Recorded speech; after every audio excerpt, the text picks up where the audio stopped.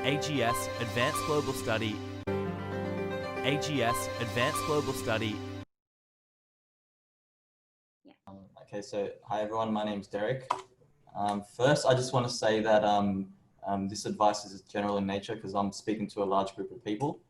So if you want specific advice to your circumstances, please contact us. And that migration laws do change, so whatever I say today might not be the case in the future.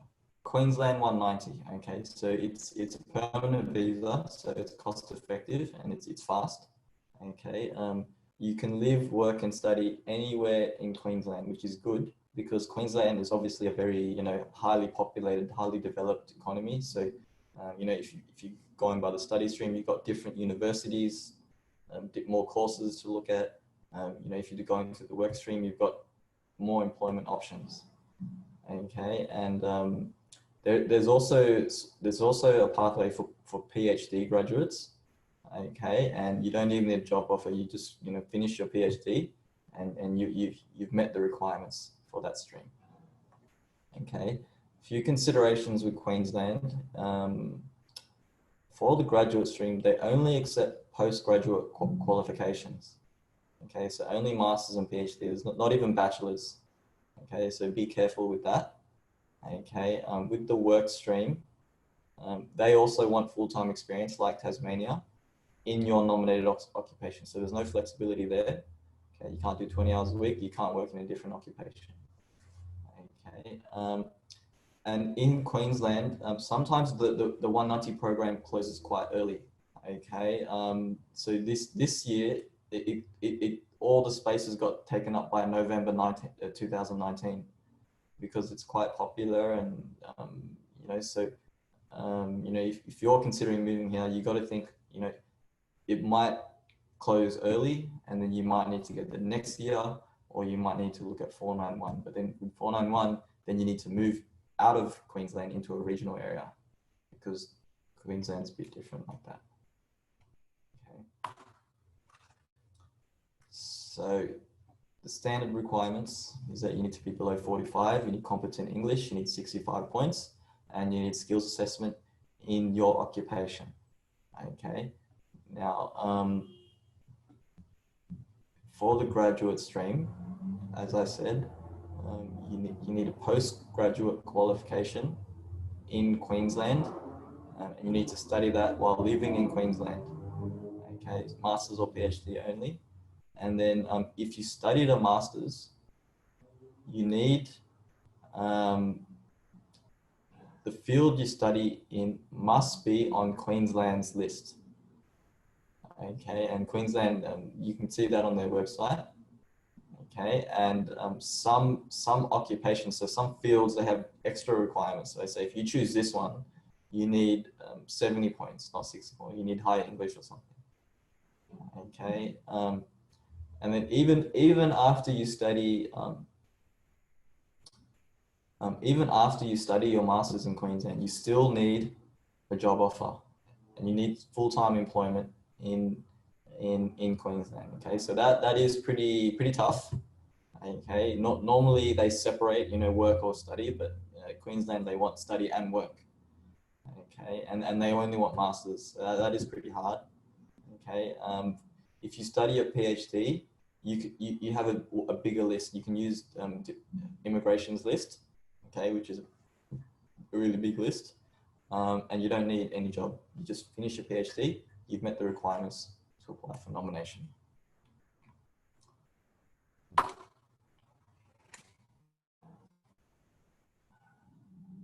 Okay, so with the work stream, okay, they want at the time you apply, they want 6 months full-time work, 35 hours a week, employment in Queensland in your nominated occupation. And you need to give them a contract or a job offer showing that you will have that position for another 12 months if your nomination is approved. Okay, they have their own list, like so they've got a different list for studying and they've got their own list for working. Okay, so if you want to go through the work stream, you got to look at that list, and some of those occupations have different requirements. Okay, so Queensland 190 is a bit harder, which doesn't surprise me because obviously Queensland, New South Wales, and Victoria are going to be a bit harder to get a permanent visa in. Okay, those three states, they have generous 491 programs because you need to move to the regional area, but 190, you know, skilled is a bit challenging. Okay.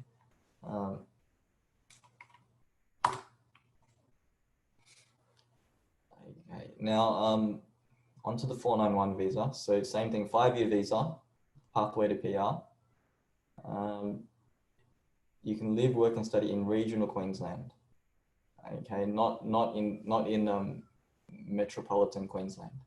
Okay, now it's starting from November last year. They changed they added more areas to regional Queensland. So the Gold Coast is now considered as a regional area, and there's some other suburbs which are not that far from Brisbane. I did a search. One suburb was only 30 minutes drive away from Brisbane. That's what it said on Google. Okay, so it's not as far as it used to be. Okay, and you know, you get Medicare and free schooling for your children, which is, I think that's really good. Okay, few considerations. Same thing.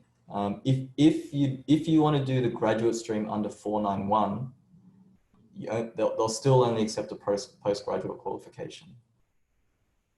Okay, and yeah, the work stream, it still requires full-time experience in your nomination, just less, you know, not as long. Okay, and yeah, employment in regional Queensland, obviously. Okay, 45 years of age, competent English, 65 points, and a skills assessment. Okay, so with the graduate stream, it's very similar to the 190 requirements. Okay, so postgraduate qualification, and the website actually doesn't say whether you need to study that qualification in a regional Queensland university or you know, like anywhere in Queensland. So I will ask them about that to clarify that. So if you're interested, follow up with us. Okay. Okay, same thing, must be on the list. Okay, so whatever you study must be related to something on the list. Okay, and some additional requirements apply to some occupations. Okay, and you still need a job offer.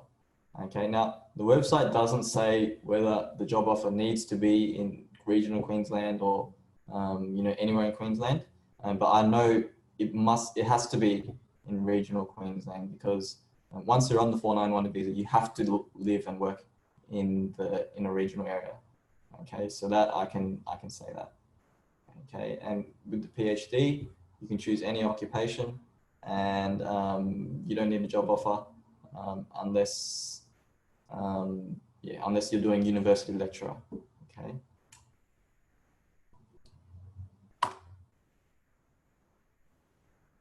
Okay, so the work stream, it's the same as the 190 visa. Okay, I won't repeat everything. There's two main differences. Okay, so instead of needing to show 6 months of work in the last immediately prior, okay, you only need three months. Okay, and the work must be in regional Queensland. Okay, besides that, it's all the same. Okay, but I decided to do it in separate, to address them separately instead of doing it all the same, just to avoid confusion. Okay, Queensland also has a small business stream. Okay, and we also discussed that in the same webinar okay, so yeah, a few months ago we did a webinar on small business stream in Tasmania and Queensland. So if you want to watch that, yeah, please contact Aaron. Basically, yeah, if you want to set up a business, you need to invest $100,000 in your business. So you need to buy your nomination. Whereas in Tasmania, you know, there's no investment requirement. They just want to see a good business, basically. Okay. So those are the general requirements. Okay. Please contact us if you want more specific advice. Just a few general tips. If you're looking at different regional areas, consider somewhere where you can live over a long period of time. Okay, you may need to establish yourself, work there, study there before you get the visa. You might need to go on a 491 first before going onto PR. And after you get your visa, you should stay there for a bit longer. Consider the employment opportunities, the population, the culture, and the weather. Okay, different regional areas are all different in all those aspects. Okay, so consider all that. Consider areas where you have friends or family. Okay, I always tell my clients to look at those areas first, because if you have a family or a close friend, it's gonna, it's going to be better for your life, and it actually helps you meet the requirements of different streams, and you get points for that as well. Okay.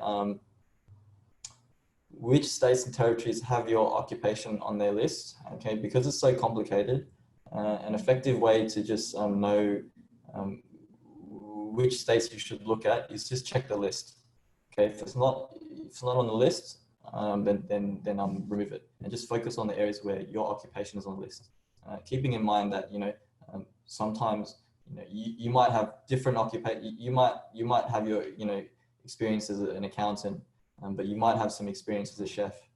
Okay, or you might be considering changing your occupation to something a bit easier, like a hairdresser. A lot of regional areas have hairdresser on the list, which has low study requirements, low work experience requirements.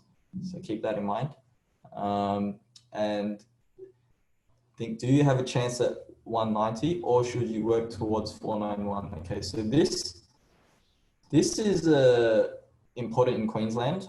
Okay, because if you push for a 190 in Queensland and you don't make it, and then you think, oh, I'll try for 491, I'll settle for 491.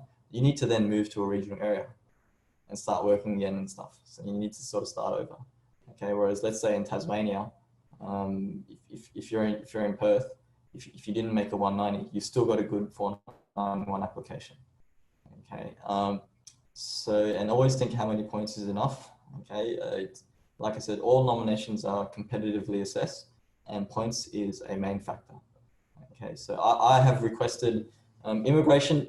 The states and immigration don't release really specific information on how many points you need in different occupations to receive an invitation.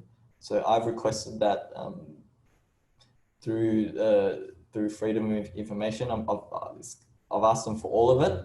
I'm hoping to get that in a few months' time. So please follow up with us if you wanted that information. Contact AGS now for free education, migration consultancy, and let us help you plan your future. Suite 1, 353 Chapel Road, Bankstown, 028102. Contact AGS now for free education, migration consultancy, and let us help you plan your future. Suite 1, 353 Chapel Road, Bankstown, 028102.